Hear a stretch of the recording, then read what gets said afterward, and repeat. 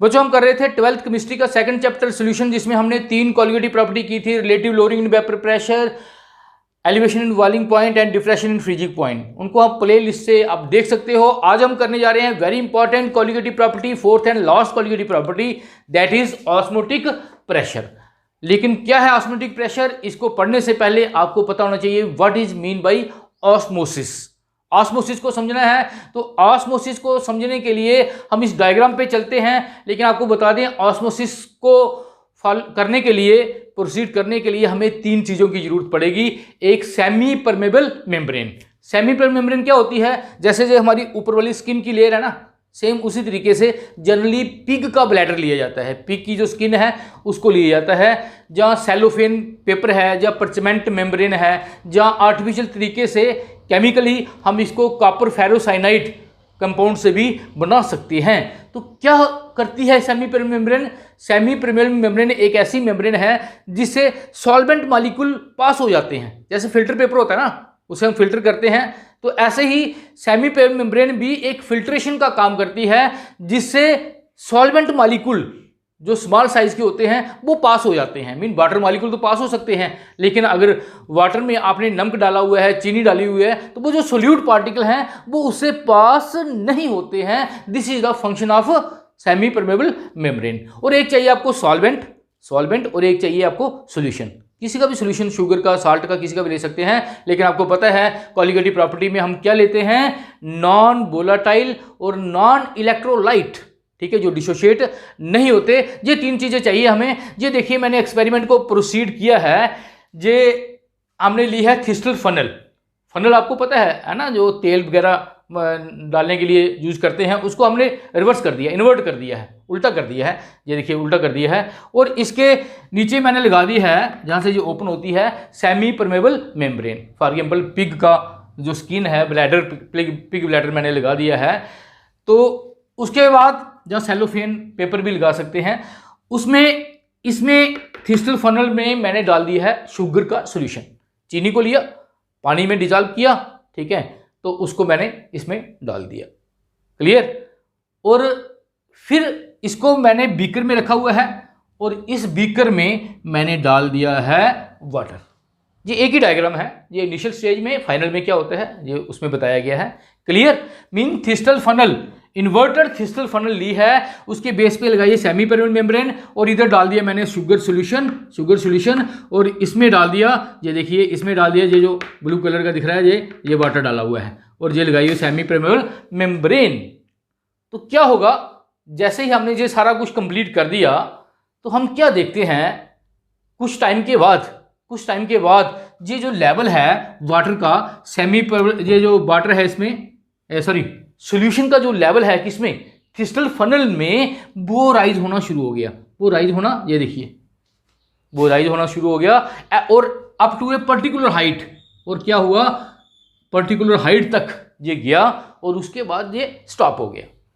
ठीक है, उसके बाद क्या हुआ, ये स्टॉप हो गया। तो पहले हम ऑस्मोसिस की बात कर रहे हैं। तो ऑस्मोसिस क्या है, जहां क्या था, जहां नीचे क्या था वाटर, इसमें क्या था सॉल्यूशन। अगर कंसंट्रेशन की बात करें तो कंसंट्रेशन कहाँ ज्यादा है, कंसंट्रेशन होता है जिसमें सोल्यूट ज्यादा हो, उसमें कंसंट्रेशन ज्यादा है। तो इस सॉल्यूशन की कंसंट्रेशन ज्यादा है, इसकी सॉल्वेंट की कंसंट्रेशन क्या है, कम है। तो सॉल्वेंट मॉलिक्यूल इसमें से लो कंसंट्रेशन से हाई कंसंट्रेशन में मूव कर जाएंगे। सेमी परमेबल मेम्ब्रेन से ये वाटर मॉलिक्यूल जो थे ये इसमें इंटर करना क्या हो गए, शुरू हो गए। Clear? The flow of spontaneous, अपने आप ही ये सॉल्वेंट मॉलिक्यूल जो है ये सॉल्यूशन के अंदर जाना शुरू हो जाएंगे। इसी प्रोसेस को हम ऑस्मोसिस बोलते हैं। क्लियर? आप कहोगे कि इसमें वाटर ले लेते, इसमें ले लेते सॉल्यूशन, ऐसा भी कर सकते थे। लेकिन हमारे दिमाग में आता है कि अगर वाटर ऊपर है तो नेचुरली वाटर ने नीचे तो आना ही आना है, ग्रेविटी के कारण कोई भी चीज़ नीचे की तरफ आती है। इसी कारण हमने इसको रिवर्स किया है कि देखो नीचे से भी वाटर नीचे डाउन होते हुए भी ये अपने आप सेमी परमेबल मेम्ब्रेन से क्या जा रहा है, ऊपर जा रहा है।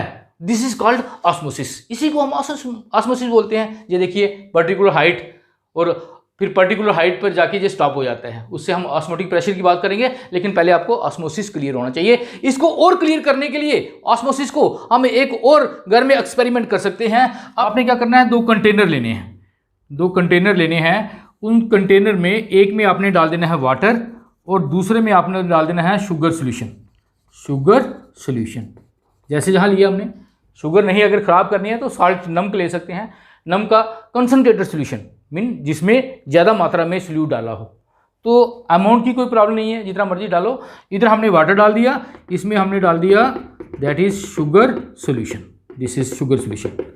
तो आपने क्या करना है, 2 एग लेने हैं, 2 रॉ एग कच्चे अंडे लेने हैं, उनको डिल्यूट HCl में डालना है। डिल्यूट HCl कहाँ से मिलेगा, वो हार्डवेयर की दुकानों से आप कहेंगे टाइल साफ करने के लिए एसिड चाहिए, वो दे देते हैं। तो उसमें अगर डालेंगे तो उसका ऊपर वाला छिलका उतर जाएगा। आप कहोगे छिलका तो हम ऐसे भी उतार सकते हैं, लेकिन उसके अंदर आपको पता है एग के अंदर एक झिल्ली होती है, एक स्किन होती है छिलके से चिपकी हुई, वो स्किन उसके साथ ही रहती है। ऊपर का छिलका जो है, शेल जो है वो उतर जाता है। मीन एग टूटता नहीं है, वो फ्लेक्सिबल हो जाता है। मीन वो जो मेम्ब्रेन है उसके अंदर वो ही काम करेगी किसका, सेमी परमेबल मेम्ब्रेन का। उन एग को, 2 फ्लेक्सिबल जो एग बन गए हमारे, उनको उठा के आपको एक इस कंटेनर में डाल देना है पहले वाले में, और एक दूसरे वाले कंटेनर में डाल देना है। क्लियर, समझिए। एग का छिलका ऊपर से उतारना है, HCl डिल्यूट में डालेंगे, उतर जाएगा। और उसको एग को उठा के एक एग आपने इधर डाल देना है और एक एग आपने इधर डाल देना है। हमें पता है सेम साइज के दोनों एग हैं। क्लियर, सेम साइज के हैं दोनों। लेकिन कुछ टाइम के बाद 10, 15, 20 मिनट के या 1 घंटे के बाद हम जब दोबारा देखते हैं तो क्या देखते हैं, जो वाटर में एग डाला था वो स्वेल हो गया, वो स्वेल हो गया। ये डाटा लाइन दिखा सकते हैं, वो स्वेल हो गया, ठीक है, बड़ा हो गया। और जो एग हमने कहाँ डाला था, सोल्यूशन में डाला था, वो क्या हो गया, वो श्रिंक हो गया। ये डाटा लाइन दिखा रहे हैं, वो छोटा हो गया, है ना, जादू। अगर एग नहीं भी है तो आप किशमिश ले सकती हो, सौंगी होती है ना किशमिश।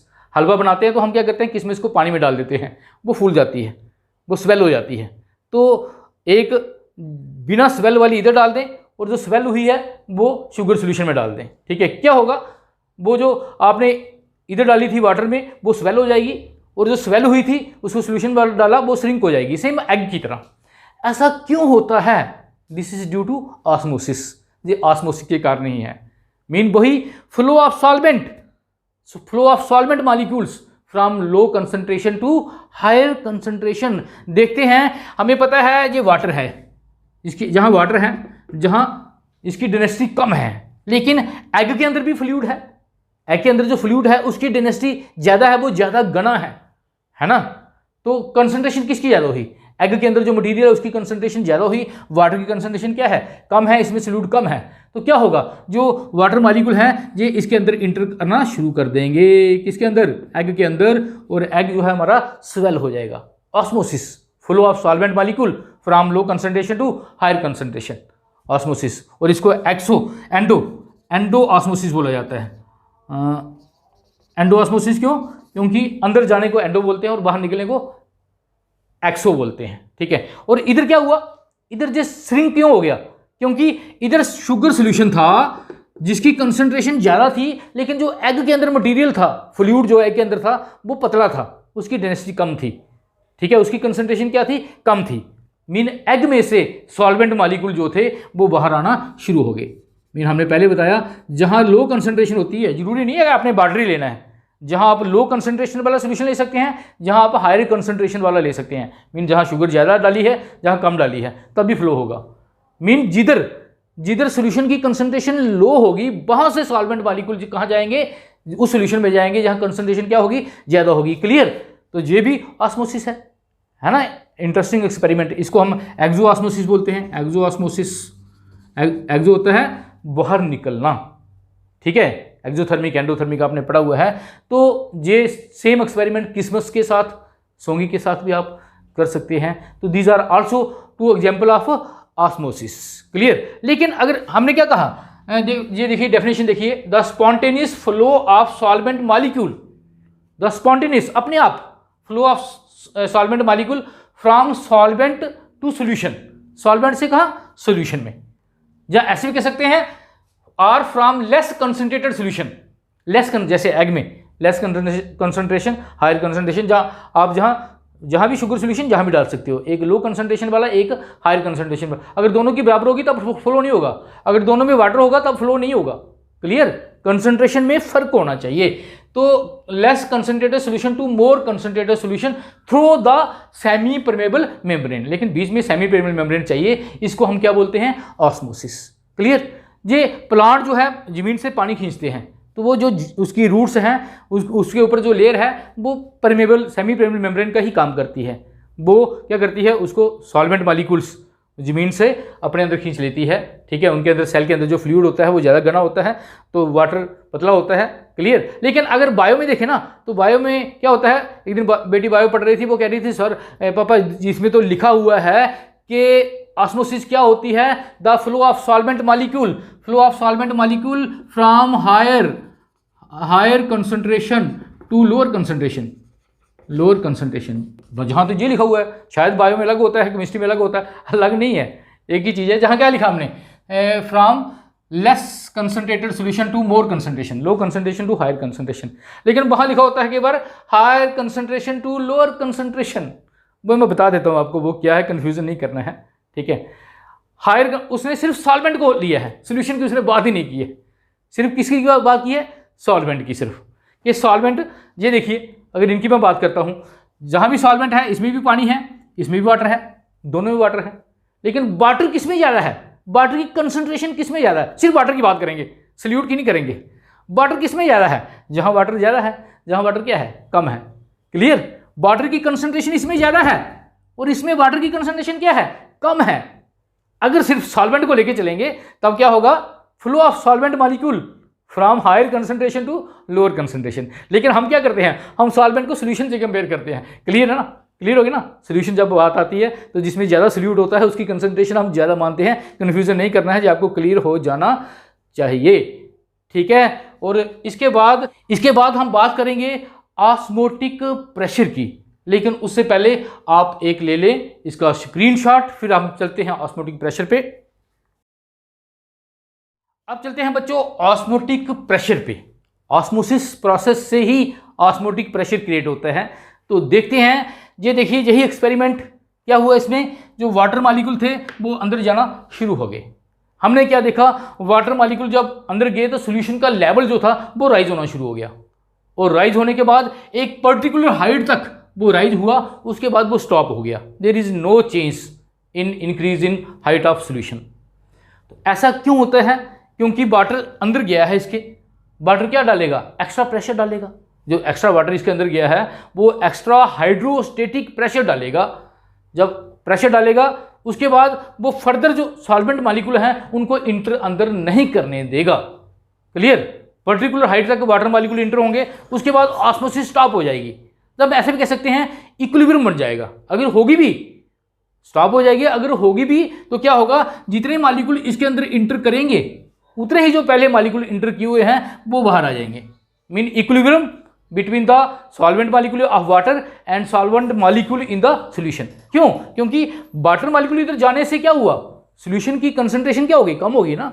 जब वाटर इधर इंटर किया तो सॉल्यूशन की कंसंट्रेशन, वाटर ज़्यादा हो गया ना इधर, है ना, सॉल्यूशन की कंसंट्रेशन कम हो गई, और जहाँ से भी प्रेशर के कारण अगर मॉलिक्यूल इधर से एक्स्ट्रा इधर जाएंगे तो इधर से वो बाहर आ जाएंगे। मीन एक ऐसी स्टेज आ जाती है जहाँ इक्विलिब्रियम बन जाता है and there is no entry of any other molecule of इसका सॉल्वेंट। ऐसे कह सकते हैं ऑस्मोसिस स्टॉप। ठीक है? उस समय हमने देखेंगे कि ये जो वाटर था, इस वाटर पे कितना एक्स्ट्रा प्रेशर पड़ा। किसके कारण? वाटर के कारण। वाटर जो इसके अंदर इंटर किया है इसको बोलते हैं hydrostatic pressure. Hydro mean water. कितना प्रेशर सॉल्यूशन पे पड़ा, वही तो है ऑस्मोटिक प्रेशर। वही तो है ऑस्मोटिक प्रेशर। लेकिन इसमें थोड़ा मुश्किल लगता है, इसको और आसान तरीके से हम आपको समझाते हैं। आपने क्या करना है? एक कंपार्टमेंट लेना है, चाहे एक कंटेनर लेना है। ये देखिए एक कंटेनर लिया, उसको मैंने दो पार्ट में डिवाइड कर दिया और बीच में लगा दी मैंने semi permeable membrane. This is, ये कुछ और नहीं है, दिस इज वही सेमी परमेबल मेम्ब्रेन, ये लगा दी। और इधर डाल दिए मैंने वही, जैसे इधर डाला है आपने, एक साइड वाटर डालना है, एक साइड आपने सोल्यूशन डालना है, कहीं भी डाल सकते हो। ये डाल दिए मैंने वाटर दिस इज वाटर, और ये डाल दिया सोल्यूशन, हाईली कंसनट्रेटेड सोल्यूशन। ठीक है, ज़्यादा इसमें डॉट दिखा सकते हो और क्या, this is highly concentrated solution, sugar solution. क्योंकि हमने कहा है नमक भी ले सकते हैं तब भी हो जाएगी ऑस्मोसिस, क्योंकि समुद्र के पानी से जो पानी साफ किया जाता है पीने के लिए, वो इस ऐसे ही रिवर्स ऑस्मोसिस से ही उसको किया जाता है। ये हम और इस पे बड़े सारे टॉपिक बनेंगे, एक टॉपिक नहीं है इस पर। डिफ्यूज़न में ऑस्मोसिस में डिफरेंस क्या है, एक्सपेरिमेंटली कैसे मेजर करते हैं, आइसोटोनिक हाइपोटोनिक, ये कुछ सोल्यूशन है। ठीक है, तो देखेंगे ब्लड में ब्लड सेल और इसमें इंजेक्शन जब देते हैं ना, वो भी देखेंगे कि ब्लड की ऑस्मोसिस कैसे होती है सेल के साथ। तो ये सारे हमने टॉपिक इसमें स्टडी करने हैं, लेकिन पहले हम ऑस्मोटिक प्रेशर तो पढ़ें। तो ऑस्मोटिक प्रेशर ये क्लियर हो गया, दिस इज शुगर सोल्यूशन। तो आपने क्या करना है, इधर एक पिस्टन लगा देनी है। पिस्टन पता है आपको, फ्रैक्शनलेस पिस्टन क्या होती है, जिसको प्रेशर डालने से अंदर चली जाए। ठीक है, एक पिक्चर आई थी इश्क पिक्चर, उसमें क्या था, आमिर खान था शायद, हाँ शायद शाहरुख खान था या आमिर खान, उन्होंने वो लिया हो, चाकू लिया हुआ था।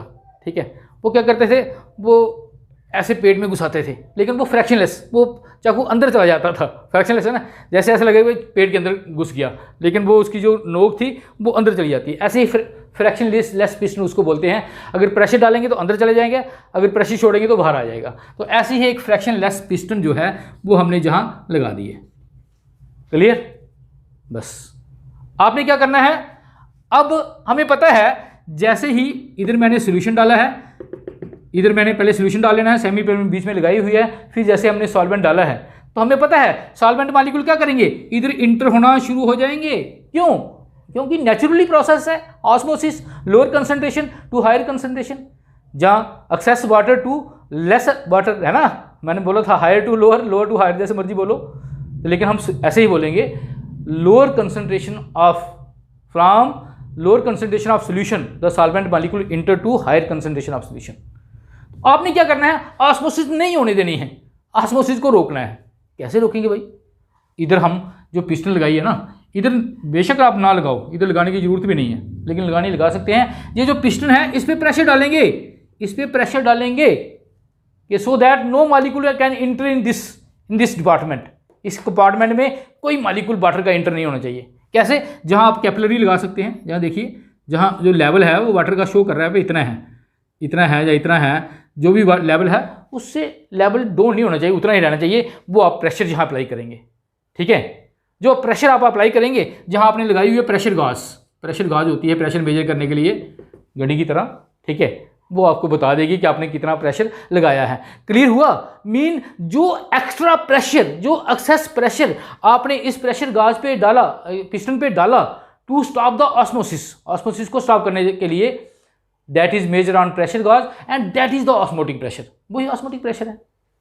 जैसे भी कर सकते हैं, प्रेशर गाज 0 पे है तो इसको इंटर करने दें, जैसे जहां हमने किया, इंटर करने देते हैं इसको वाटर मॉलिक्यूल को, ठीक है। जब इंटर करेगा तो हमें पता है जो प्रेशर इस पे हाइड्रोस्टेटिक पड़ेगा सोल्यूशन पे, वो प्रेशर गाज बता देगी कि कितना इस पे एक्स्ट्रा प्रेशर सोल्यूशन पे पड़ा है, वो जहां से आ जाएगा, ठीक है। वही जो होगा that is osmotic pressure, very important. Clear? लेकिन अगर आप एक्सेस प्रेशर डाल देते हैं ना, एक्सेस प्रेशर, तो रिवर्स ऑस्मोसिस भी हो जाती है।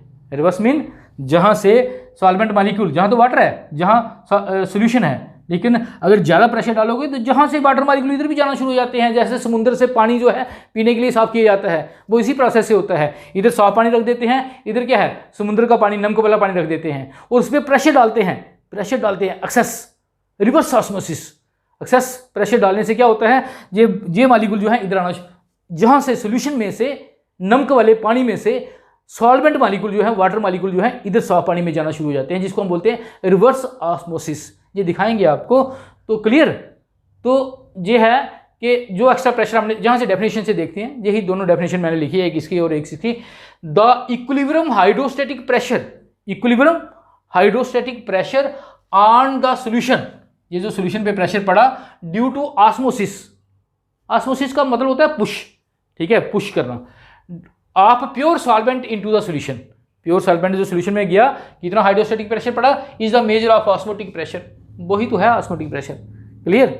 जब दोनों में इक्विलिब्रियम बन जाता है, कितना प्रेशर सोल्यूशन पे पड़ा एक्स्ट्रा वाटर का, हाइड्रोस्टैटिक प्रेशर, वही तो है ऑस्मोटिक प्रेशर। जहाँ इससे कहें तो द मिनिमम एक्सेस प्रेशर, जो मिनिमम एक्सेस प्रेशर आपने लगाया है, that has to be applied on the solution, जो सोल्यूशन पे आपने डाला, to prevent the entry of solvent molecule into the solution. कितना प्रेशर डाला कि सॉल्वेंट मॉलिक्यूल इधर ना आए, वही तो है हमारा ऑस्मोटिक प्रेशर। क्लियर? तो इसका ले स्क्रीनशॉट, उसके बाद हम चलते हैं कैसे निकालते हैं ऑस्मोटिक प्रेशर मैथमेटिकली, और इससे मॉलिक्यूल मास कैसे निकालते हैं। तो इसका ले लें स्क्रीनशॉट। अब चलेंगे बच्चे next expression for osmotic pressure and determination of molar mass या molecular mass of solute from the osmotic pressure. ठीक है, ऑस्मोटिक प्रेशर जो सोल्यूशन हमने लिया है उसमें जो सोल्यूट डाला है उसका मोलर मास जैसे पहले निकालते थे पिछले कॉलिगेटिव प्रॉपर्टी में, वो निकालना है। तो कहता है कि एक्सपेरिमेंटली ये देखा गया है, जब बॉन्ड हाफ एक फैक्टर है कि उसमें देखा गया है कि जो ऑस्मोटिक प्रेशर है सोल्यूशन का, वो डिपेंड करता है कंसंट्रेशन ऑफ सोल्यूशन पे और टेम्परेचर पे। कंसंट्रेशन पे कैसे? जैसे देखिए अभी आपने देखा ना, अभी इसमें जहाँ क्या था, वाटर था ना, जहाँ क्या था, सोल्यूशन था। ये सोल्यूशन है और ये क्या है, वाटर है, बीच में है सेमी परमेबल मेम्ब्रेन। तो जितनी सोल्यूशन की कंसंट्रेशन जितनी ज़्यादा होगी, सोल्यूशन में सोल्यूट जितना ज़्यादा होगा, उतना ही वाटर ज़्यादा इंटर करेगा। हमने कहा ना वाटर इंटर क्यों करता है, इसको डिल्यूट करने के लिए। ठीक है, ये आपने याद रखना है। More is the concentration of solution, more is the hydrostatic pressure applied by water on the solution, and more is the osmotic pressure. तो therefore it is noted that osmotic pressure जो है, प्रेशर उसको हम represent करते हैं पाई से, इससे पाई। ठीक है, इस depends upon molar concentration, molar mean molarity, molar concentration of solution and temperature जितना ज़्यादा होगा, वो भी आपको पता है, सॉल्वेंट मॉलिक्यूल का फ्लो क्या हो जाएगा, ज़्यादा हो जाएगा, है ना। टेम्परेचर ज़्यादा करने से क्या होता है, मूवमेंट जो है वाटर मॉलिक्यूल की एंट्री इसकी क्या हो जाएगी, ज़्यादा हो जाएगी, और प्रेशर क्या पड़ेगा, उस पर ज़्यादा पड़ेगा। तो हम ऐसे भी लिख सकते हैं, pi is proportional to C and pi is proportional to T.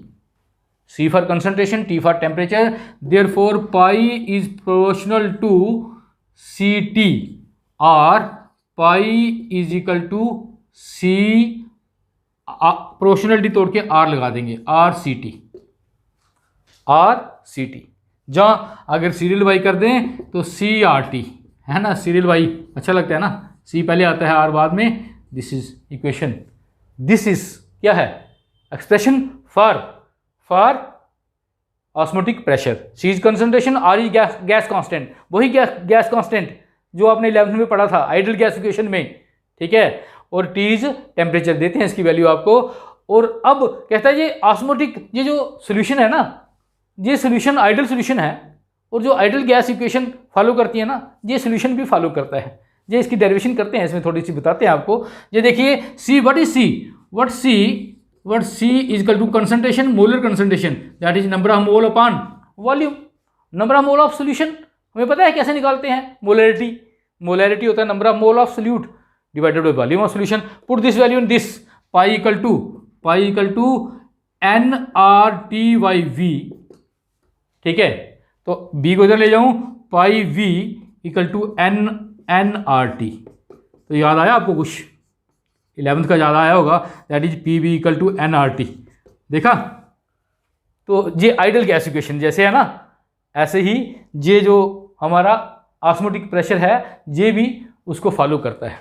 ठीक है, तो इसको तभी हम आइडियल सॉल्यूशन हम कहते हैं, कॉलिगेटिव प्रॉपर्टी जो है वो आइडियल सॉल्यूशन ही शो करते हैं। अब निकालेंगे हम इसका second part, determination of molar mass of solute.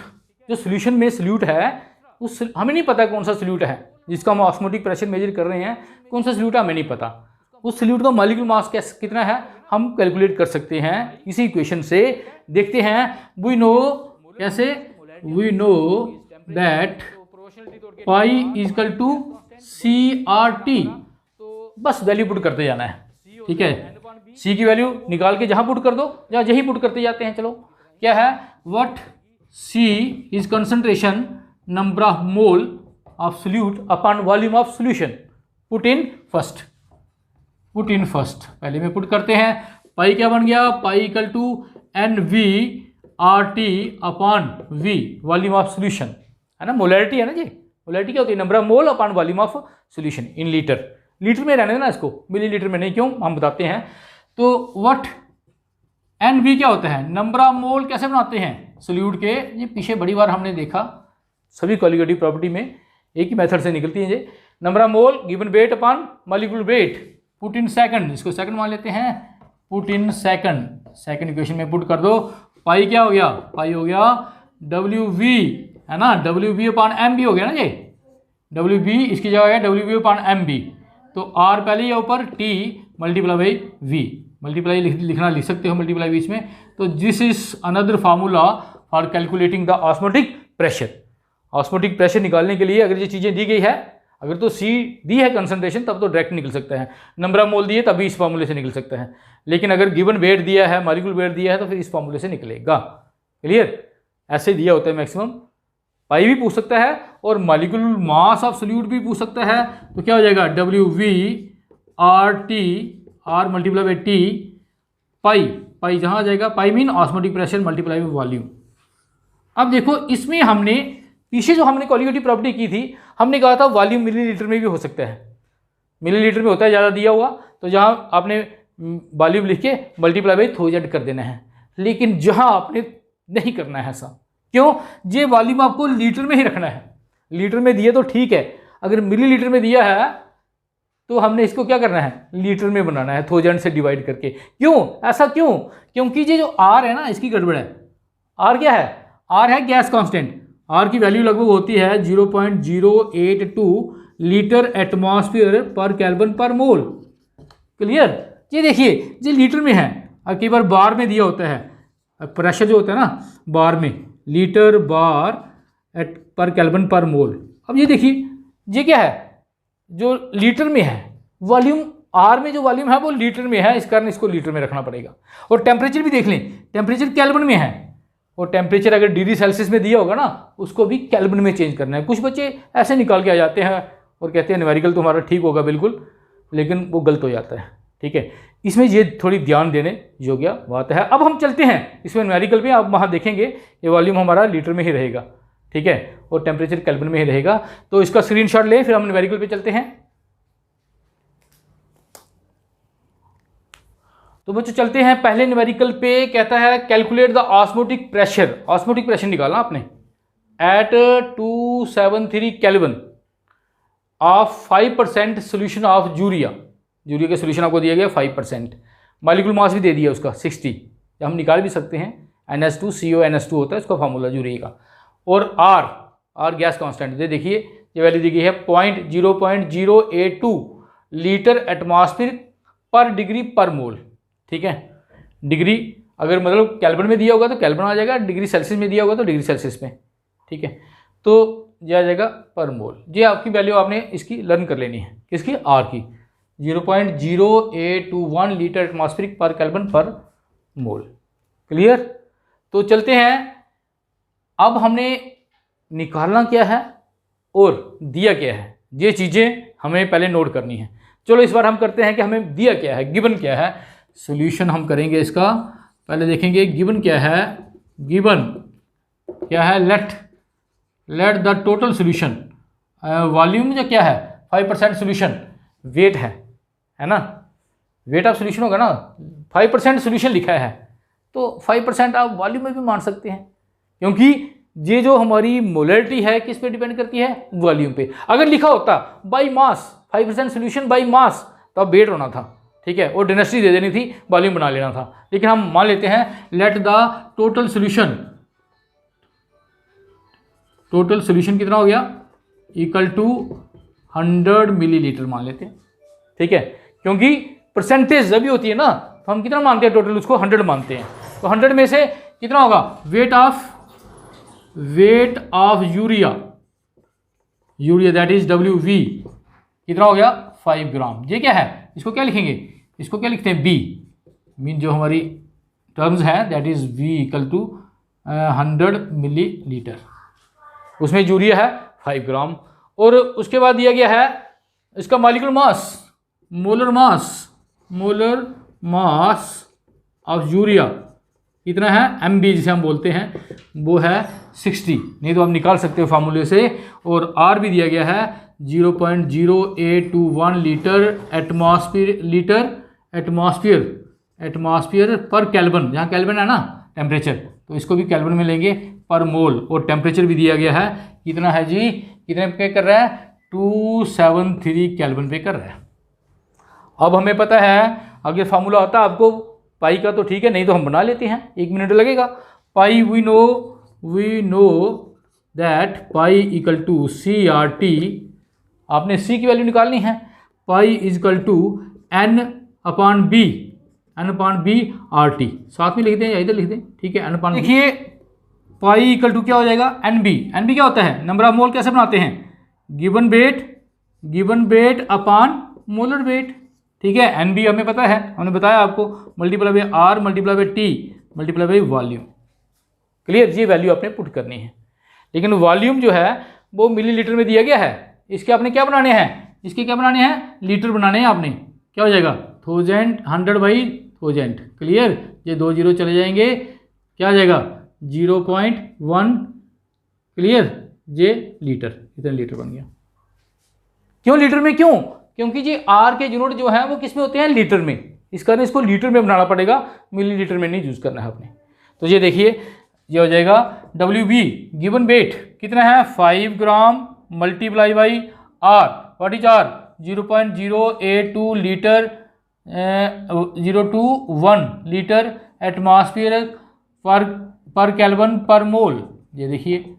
उसके बाद मल्टीप्लाई बाई T क्या है 273 केल्विन, और डिवाइडेड बाई क्या है MB क्या है 60 ग्राम पर मोल, क्योंकि इसके यूनिट होते हैं ग्राम पर मोल, किसके, मोलर मास के। और वॉल्यूम कितना है 0.1 लीटर।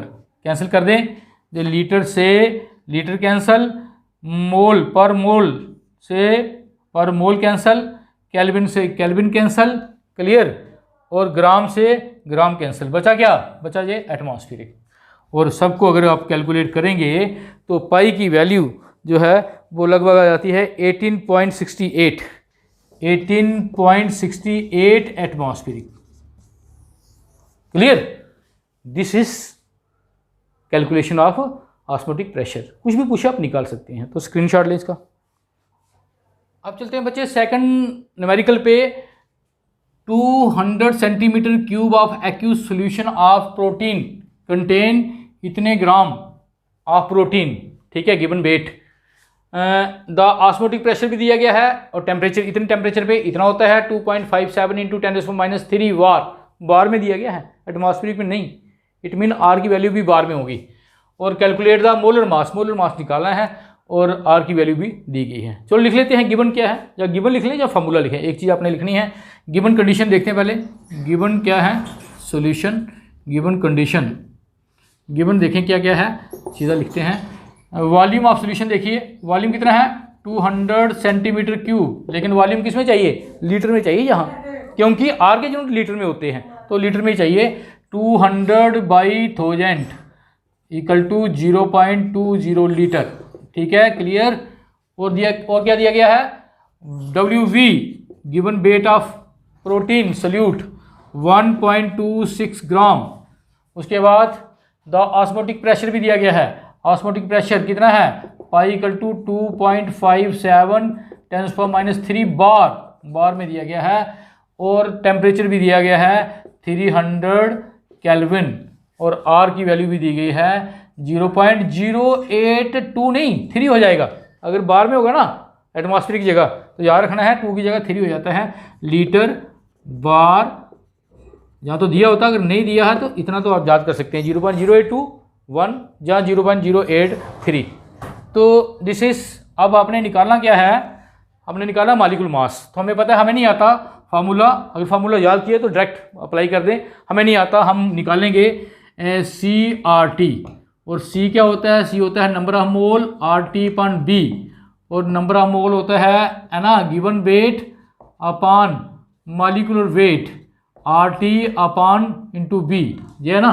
तो जहाँ से MB बन जाएगा, देयरफॉर MB पाई उधर चला जाएगा, WV/RT/V। देखो 1 मिनट भी नहीं लगा बनाने में, अगर लर्न किया तो ठीक है, नहीं तो ये फॉर्मूला अप्लाई करें value put MB is equal to क्या हो जाएगा, WV की वैल्यू पुट करें 1.26। अब मैं यूनिट नहीं लिखूंगा क्योंकि यूनिट कैंसिल हो जाएंगे, मॉलिक्यूलर वेट है, ग्राम पर मोल में आंसर आ जाएगा। तो 1.26 मल्टीप्लाई बाय R की वैल्यू क्या है 0.083। अगर लिखना चाहते हो लिख भी सकते हो, और T केल्विन में होगा। यूनिट लिखने से ये होता है कि पता चल जाए कि ये केल्विन में है, वो भी केल्विन में है। टेम्परेचर केवल टेम्परेचर डिग्री सेल्सियस में दिया होता है, तो टेम्परेचर भी आप केल्विन में चेंज कर सकते हैं, क्योंकि R के यूनिट मैक्सिमम केल्विन में होते हैं ना, ठीक है। तो 300 डिवाइडेड बाई पाई क्या आ गया, pi is osmotic pressure 2.57 into 10⁻³ multiply by B।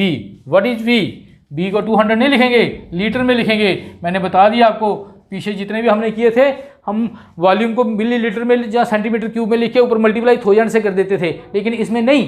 क्यों? क्योंकि R है, R के यूनिट जो है वो आपको किस में मिलेंगे, लीटर में ही मिलेंगे, और मिली लीटर में बनाएंगे तो गड़बड़ हो जाएगी जी, ठीक है ना, R कुछ वैल्यू और हो जाएगी ना।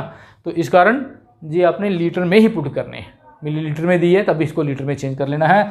और बच्चों इसका मॉलिक्यूलर मास लगभग आ जाएगा सारा करके 16039 ग्राम पर मोल, क्योंकि ये 10⁻³ है ना, ये ऊपर चला जाएगा 10⁻³ हो जाएगा, है ना। तो जब सबको कैलकुलेट करेंगे, this is molecular mass of protein. आपको पता है प्रोटीन लॉन्ग चेन ऑफ, है ना, पॉलीपेप्टाइड चेन होती है, इस कारण इसका मॉलिक्यूलर मास भी क्या होता है, ज़्यादा होता है।